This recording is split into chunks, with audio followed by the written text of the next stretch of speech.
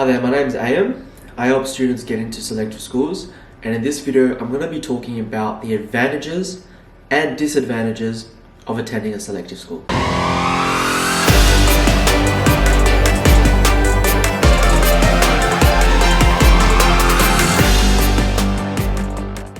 Okay, so let's talk about advantages first.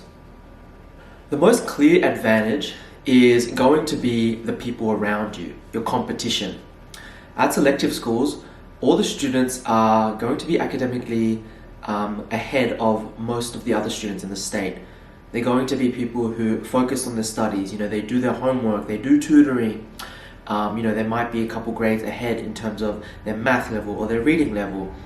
And for your child to be around those types of students, it's just going to push them even further. It's going to push them to improve, because who you have around you, your environment is so crucial to who you become and the skills that you get. And that not only applies to your child's academics, but it also applies to their hobbies and their personality as well. But in terms of academics, having those people around your child who are focused, who are high achieving, who are hardworking, will only make your child those characteristics as well. Now, the second biggest advantage is that selective schools perform better in the HSC, and that is generally because of the environment. The way the HSC works is there's a scaling system, and just very generally, if everyone does well in your cohort, in your school, then you will also be pushed up. So your mark will also be pushed up. And then that has implications for what university degree you want to get into, and then obviously after that, the career and jobs and all that sort of thing. I'm not saying you have to go to selective school to get into a competitive university course. I didn't, and I got into law at UNSW.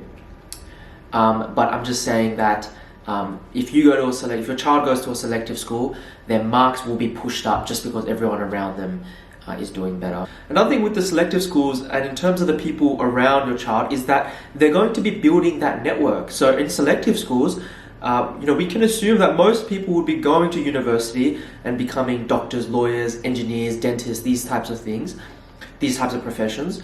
And so if your child is friends with these people, it might be very useful long term, to have a best friend that's a lawyer, to have a best friend that's a doctor, an engineer. So that network is pretty important. And also in selective schools, you're not just part of the community of the school that your child goes to, but that child is also probably going to interact with people from other selective schools as well. So if they go to Sydney Boys, they might interact with people from Sydney Girls, Sydney Tech, Balcombe Hills High School, James Roos. And so your child will just, again, be around that network of high-performing and really focused students.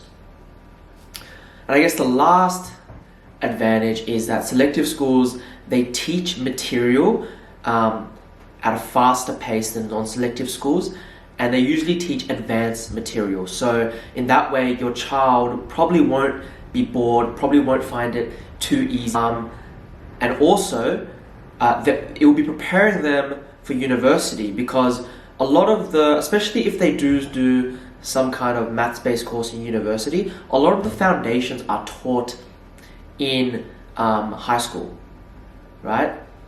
And so if they are exposed to those concepts and foundations early on in their high school career, then it will just make it a little bit easier for them once they transition into uni. Okay, now talking about the disadvantages of selective schools, to be honest, there's not many, but I guess for a young student, selective schools are competitive, and I guess there could be that pressure to perform, but obviously this pressure can also be a positive thing, because it is something that pushes them to do better, to push past their limits, to study an extra hour.